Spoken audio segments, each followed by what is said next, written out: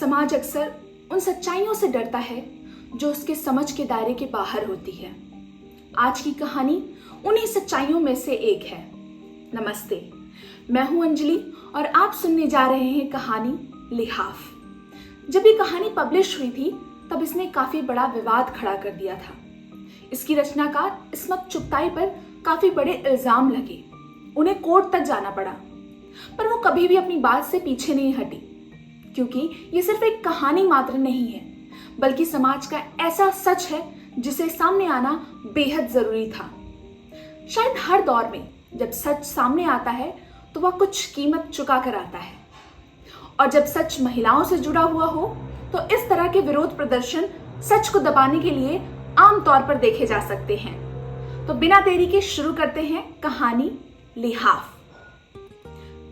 जब मैं जाड़ों में लिहाफ ओढ़ती हूँ तो पास की दीवारों पर उसकी परछाई हाथी की तरह झूमती हुई मालूम होती है और एकदम से मेरा दिमाग बीती हुई दुनिया के पर्दों में दौड़ने भागने लगता है। न जाने क्या कुछ याद आने लगता है। माफ कीजिएगा, मैं आपको खुद अपने लिहाफ का रोमान अंगेज जिक्र नहीं बताने जा रही हूँ। न लिहाफ से किसी किस्म का रोमान जोड़ा ही जा सकता है। मेरे ख्याल में कंबल आरामदेह सही, मगर उसकी परछाई इतनी भयानक नहीं होती जब लिहाफ की परछाई दीवार पर डगमगा रही हो। ये तब का जिक्र है जब मैं छोटी सी थी और दिन भर भाइयों और उनके दोस्तों के साथ मार कुटाई में गुजार दिया करती थी। कभी कभी मुझे ख्याल आता कि मैं कमबख्त इतनी लड़ाका क्यों हूं। उस उम्र में जब मेरी और बहनें आशिक जमा कर रही थी, मैं अपने पराये हर लड़के और लड़की से जूतम पैजार में मशगूल थी। यही वजह थी कि अम्मा जब आगरा जाने लगी तो हफ्ता भर के लिए मुझे अपनी मुंह बोली बहन के पास छोड़ गई। उनके यहाँ अम्मा खूब जानती थी कि चूहे का बच्चा भी नहीं और मैं किसी से लड़ भिड़ ना सकूंगी। सजा तो खूब थी। हाँ, तो अम्मा मुझे बेगम जान के पास छोड़ आई। वही बेगम जान जिनका लिहाफ अब तक मेरे जहन में गर्म लोहे के दाग की तरह महफूज है। ये बेगम जान थी जिनके गरीब माँ बाप ने नवाब साहब को इसलिए दामाद बना लिया कि वो पक्की उम्र के थे, मगर थे निहायत नेक। कोई रंडी बाजारी औरत उनके यहाँ नजर नहीं आई। खुद हाजी थे और बहुतों को हज करा चुके थे, मगर उन्हें एक अजीबो गरीब शौक था। लोगों को कबूतर पालने का शौक होता है, बटेरे लड़ाते हैं, मुर्गबाजी करते हैं। इस किस्म के वाहियात खेलों से नवाब साहब को जरा नफरत थी। उनके यहाँ तो बस तालिबे इल्म रहते थे, नौजवान गोरे गोरे पतली कमरों के लड़के जिनका खर्च वो खुद बर्दाश्त करते थे। मगर बेगम जान, उनसे शादी करके तो वो उन्हें कुल साजो सामान के साथ ही घर में रखकर भूल गए और वो बेचारी दुबली पतली नाजुक सी बेगम तन्हाई के गम में घुलने लगी। न जाने उनकी जिंदगी कहां से शुरू होती है, वहां से जब वो पैदा होने की गलती कर चुकी थी, या वहां से जब वो एक नवाब बेगम बनकर आई और छपर खट पर जिंदगी गुजारने लगी, या जब से नवाब साहब के यहाँ लड़कों का जोर बंधा, उनके लिए मुर्गन हलवे और लजीज खाने जाने लगे और बेगम जान दीवान खाने के दर्जों में से उन लचकती कमरों वाले लड़कों की चुस्त पिंडलियां और मुअत्तर बारीक शबनम के कुर्ते देख देख कर अंगारों पर लौटने लगी, या जब वो मन्नतें मुरादों से हार गई, चिल्ले बंधे और टोटके रातों की वजीफा ख्वानी भी चित हो गई। कहीं पत्थर में जोंक लगती है, नवाब साहब अपनी जगह से टस से मस न हुए। फिर बेगम जान का दिल टूट गया और वो इल्म की तरफ मुतवज्जा हुई, लेकिन यहाँ भी उन्हें कुछ हासिल ना हुआ। इश्किया नावील और जज्बाती अशआर पढ़कर और भी पस्ती छा गई। रात की नींद भी हाथ से गई और बेगम जान जी जान छोड़कर बिल्कुल ही यासो हसरत की पोट बन गई। चूल्हे में डाला ऐसा कपड़ा लत्ता कपड़ा पहना जाता है किसी पर रोक गांठने के लिए। अब ना तो नवाब साहब को फुर्सत कि शबनबी करतूतों को छोड़कर जरा इधर तवज्जो करें, ना वो उन्हें आने जाने देते, जब से बेगम जान ब्याह कर आई थी, रिश्तेदार आकर महीनों रहते और चले जाते, मगर वो बेचारी कैद की कैद रहती। उन रिश्तेदारों को देखकर उनका खून और जलता था कि सब के सब मजे से माल उड़ाने, उम्दा घी निगलने, जाड़ों का साजवा सामान बनवाने आन मरते हैं। बावजूद नई रुई के लिहाफ के बड़ी सर्दी में अकड़ा करती। हर करवट पर लिहाफ नई नई सूरतें बनाकर दीवार पर साया डालता, मगर कोई भी साया ऐसा ना था जो उन्हें जिंदा रखने के लिए काफी हो। मगर क्यों जिए फिर कोई ऐसी जिंदगी? जान की जिंदगी थी, जीना बिदा था नसीबों में। वो फिर जीने लगी और खूब जी। रब्बो ने उन्हें नीचे गिरते गिरते संभाल लिया। चुपपुट देखते देखते उनका सूखा जिस्म हरा होना शुरू हुआ। गाल चमक उठे और हुस्न फूट निकला। एक अजीबो गरीब तेल की मालिश से बेगम जान में जिंदगी की झलक आई। माफ कीजिए, उस तेल का नुस्खा आपको बेहतरीन से बेहतरीन रसाले में भी ना मिलेगा। जब मैंने बेगम जान को देखा तो वो 40-42 की होंगी। उफ, किस शान से वो मसनत पर नींद दराज थी और रब्बो उनकी पीठ से लगी कमर दबा रही थी। एक उदय रंग का दोशाला उनके पैरों पर पड़ा था और वो महारानियों की तरह शानदार मालूम हो रही थी। मुझे उनकी शक्ल बेइंतहा पसंद थी। मेरा जी चाहता था कि घंटों बिल्कुल पास से उनकी सूरत देखा करूं। उनकी रंगत बिल्कुल सफेद थी, नाम को सुर्खी का जिक्र नहीं, और बाल सियाह और तेल में डूबे रहते थे। मैंने आज तक उनकी मांग ही बिगड़ी ना देखी। मजाल है जो एक बाल इधर से उधर हो जाए। उनकी आंखें काली थी और आबरू पर के जायद बाल अलहदा कर देने से कमानों से खिंची रहती थी। आंखें जरा तनी हुई रहती थी, भारी भारी फूले पपोटो, मोटी मोटी आंखें। सबसे सब जो उनके चेहरे पर हैरत अंगेज जज्बियात नजर चीज थी, वो उनके होंठ थे। अमूमन वो सुर्खी से रंगे रहते थे। ऊपर के होठों पर हल्की हल्की मूछें सी थी और कनपटियों पर लंबे लंबे बाल। कभी कभी उनका चेहरा देखते देखते अजीब सा लगने लगता था, कम उम्र लड़कों जैसा। उनके जिस्म की जिल्द भी सफेद और चिकनी थी। मालूम होता था किसी ने कसकर टांके लगा दिए हों। अमूमन वो अपनी पिंडलियां खुजाने के लिए खोलती तो मैं चुपके चुपके उनकी चमक देखा करती।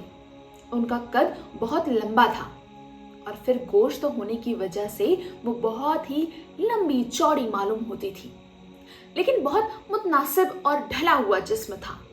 बड़े बड़े चिकने और सफेद हाथ और सुडौल कमर।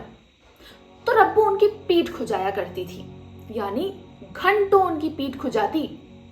पीठ खुजवाना भी जिंदगी की जरूरियात में से था, शायद जरूरतें इस जिंदगी से भी ज्यादा।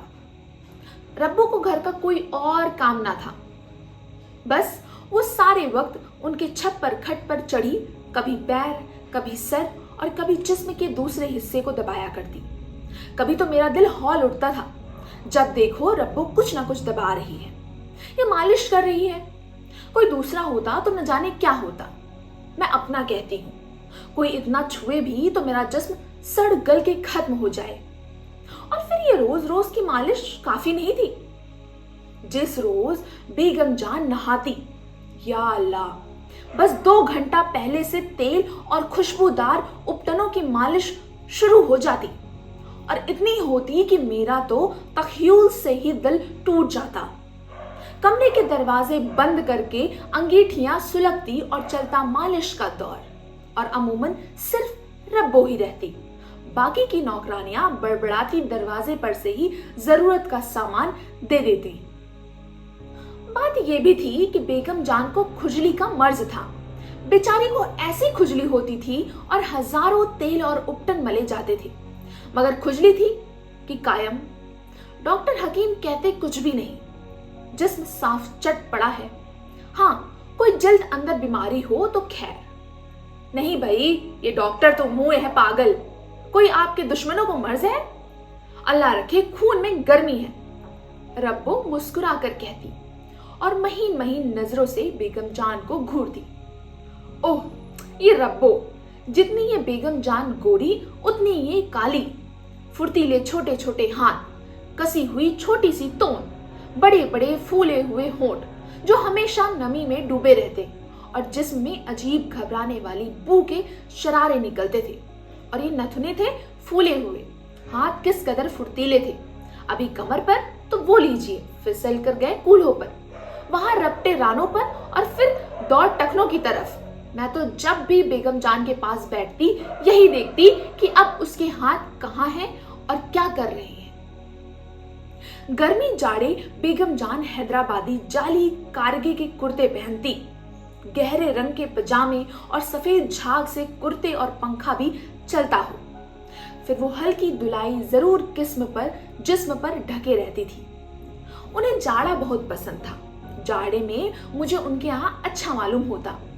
वो हिलती जुलती बहुत कम थी, कालीन पर लेटी हैं, पेट खुजा रही हैं, खुश्क मेवे चबा रही हैं और बस रब्बों से दूसरी सारी नौकरानियां खार खाती थी। चुड़ैल बेगम जान के साथ ही बैठती, उन्हीं के साथ खाती और माशा अल्लाह साथ ही सोती भी थी। रब्बो और बेगम जान आम जलवों और मजबूओं की दिलचस्प गुफ्तगू का मौजू थी।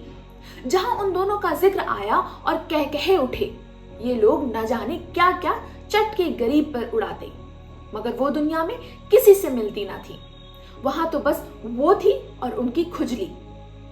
मैंने कहा कि उस वक्त मैं काफी छोटी थी और बेगम जान पर फिदा। वो मुझे बहुत ही प्यार करती थी। इत्तेफाक से अम्मा आगरे गई। उन्हें मालूम था कि अकेले घर में भाइयों से मार कुटाई होगी, मारी मारी फिरूंगी, इसलिए वो हफ्ते भर के लिए बेगम जान के पास छोड़ गई। मैं भी खुश और बेगम जान भी खुश। आखिर को अम्मा की भाभी बनी हुई थी। सवाल ये उठा कि मैं सोऊं कहां? कुदरती तौर पर बेगम जान के कमरे में, लिहाजा मेरे लिए भी उनके छप्पर खट से लगाकर छोटी सी पलंगड़ी डाल दी गई। 11 बजे तक तो बातें करते रहे। मैं और बेगम जान ताश खेलते रहे और फिर मैं सोने के लिए अपने पलंग पर चली गई। जब मैं सोई तो रब्बो वैसे ही बैठी रही और पेट खुजा रही थी। भंगन कहीं की। मैंने सोचा। रात को मेरी एकदम से आंख खुली तो मुझे अजीब तरह का डर लगने लगा। कमरे में घुप अंधेरा और उस अंधेरे में बेगम जान का लिहाफ ऐसे हिल रहा था जैसे उसमें हाथी बंद हो। बेगम जान, मैंने डरी हुई आवाज निकाली। हाथ हिलना बंद हो गया, लिहाफ नीचे दब गया। क्या है, सोए रहो, बेगम जान ने कहीं से आवाज दी। डर लग रहा है, मैंने चूहे की सी आवाज से कहा। अरे सो जाओ, डर की क्या बात है, आयतल कुर्सी पढ़ लो।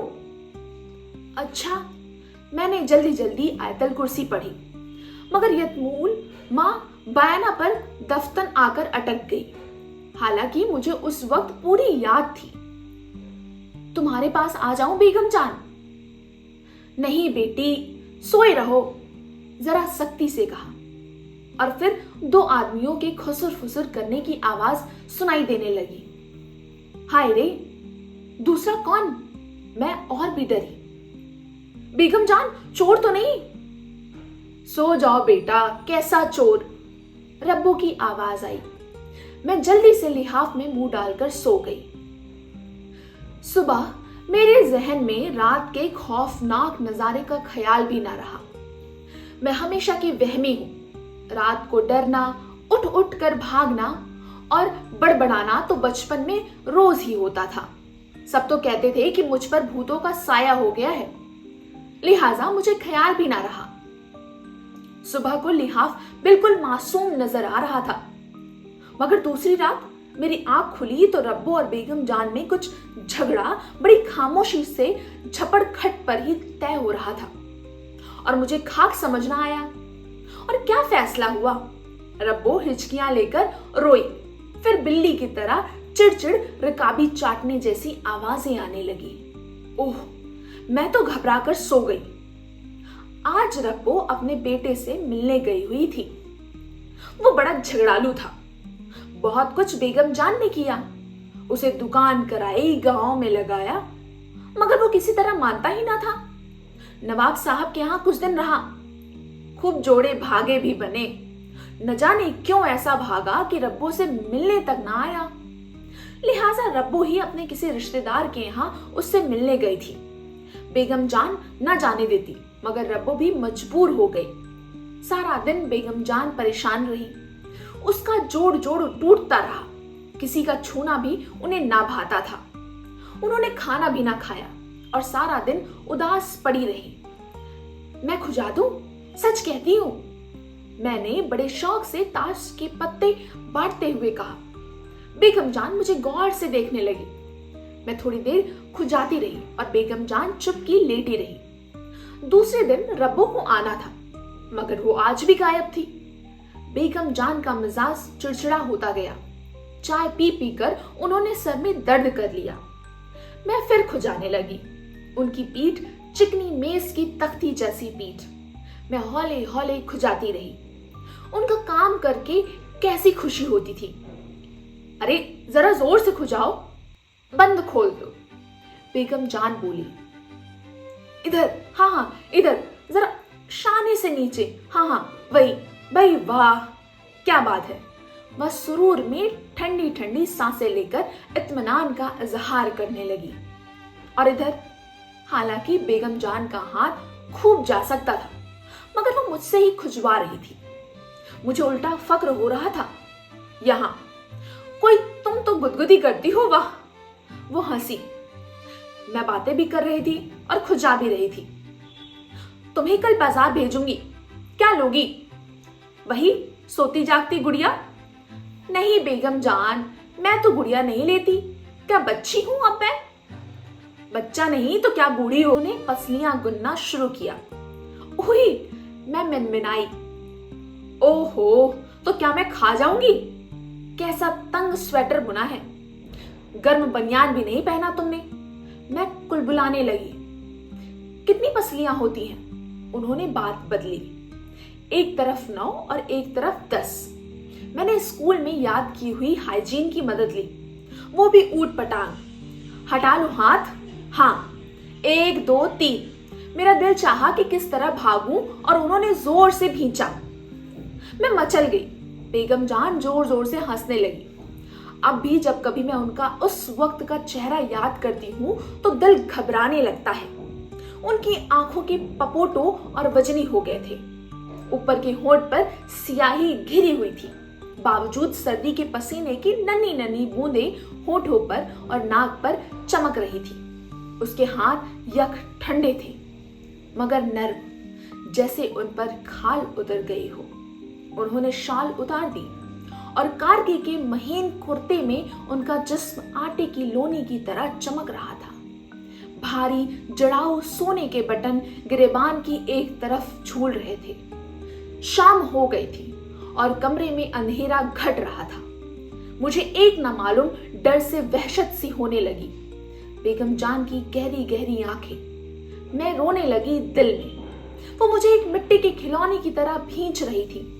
उनके गर्म गर्म जिस्म से मेरा दिल हौलाने लगा, मगर उन पर तो जैसे भूतना सवार है था। और मेरे दिमाग का ये हाल कि ना चीखा जाए और न सह सकूं। थोड़ी देर के बाद वो पस्त होकर निढाल हो गई। उनका चेहरा फीका और बदरौनक हो गया और लंबी लंबी सांसें लेने लगी। मैं समझी कि अब मरी है और वहां से उठकर सरपट भागी बाहर। शुक्र है कि रब्बो रात को आ गई। मैं डरी हुई जल्दी से लिहाफ ओढ़कर सो गई, मगर नींद कहां आए। चुप घंटों पड़ी रही। अम्मा किसी तरह आ ही नहीं चुकी थी। बेगम जान से मुझे ऐसा डर लगता था कि सारा दिन मामाओं के पास बैठी रही, मगर उनके कमरे में कदम रखते ही दम निकलता था।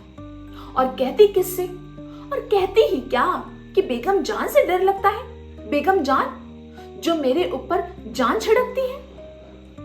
आज रब्बो में और बेगम जान में फिर अनबन हो गई।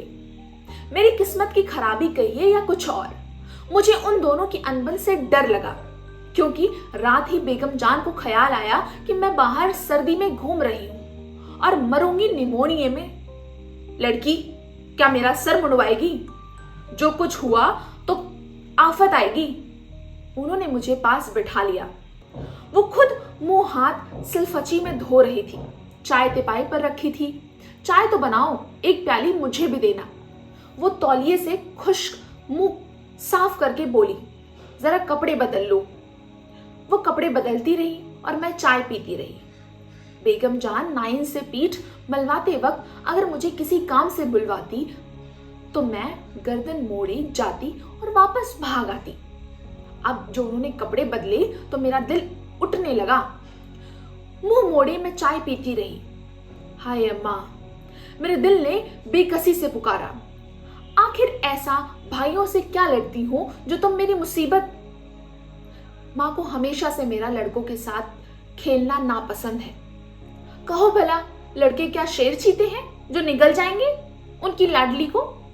और लड़के भी कौन, खुद भाई और दो चार उनके सड़े सड़ाए दोस्त, उन जरा जरा से उनके दोस्त।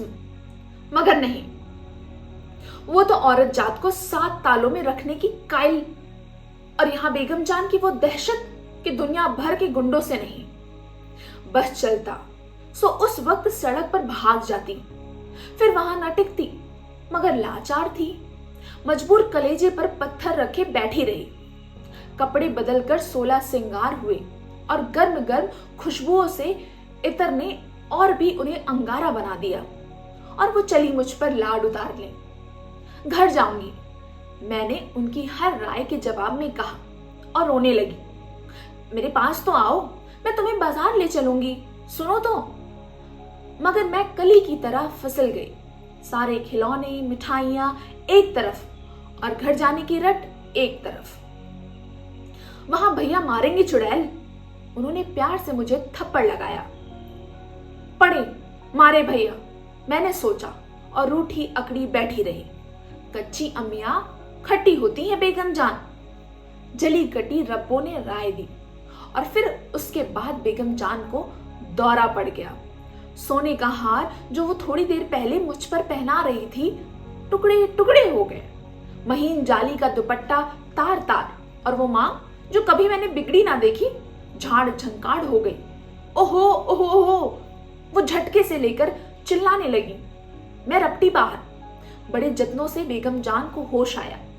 जब मैं सोने के लिए कमरे में दबे पैर जाकर झांकी तो रब्बो उनकी कमर से लगी जिस्म दबा रही थी। जूती उतार दो, उसने उसकी पसलियां खुजाते हुए कहा। और मैं चुहिया की तरह लिहाफ में दुबक गई। सर सर फट कज बेगम जान का लिहाफ अंधेरे में फिर हाथी की तरह झूम रहा था। अल्लाह आह, मैंने मरी हुई आवाज निकाली। लिहाफ में हाथी फुदका और बैठ गया। मैं भी चुप हो गई। हाथी ने फिर लूट मचाई। मेरा रोआ रोआ कांपा। आज मैंने दिल में ठान लिया कि जरूर हिम्मत करके सिरहाने लगा हुआ बल्ब जला दूं। हाथ फड़फड़ा रहा था और जैसे उखड़ू बैठने की कोशिश कर रहा था। चपड़ चपड़ कुछ खाने की आवाज आ रही थी, जैसे कोई मजेदार चटनी चख रहा हो।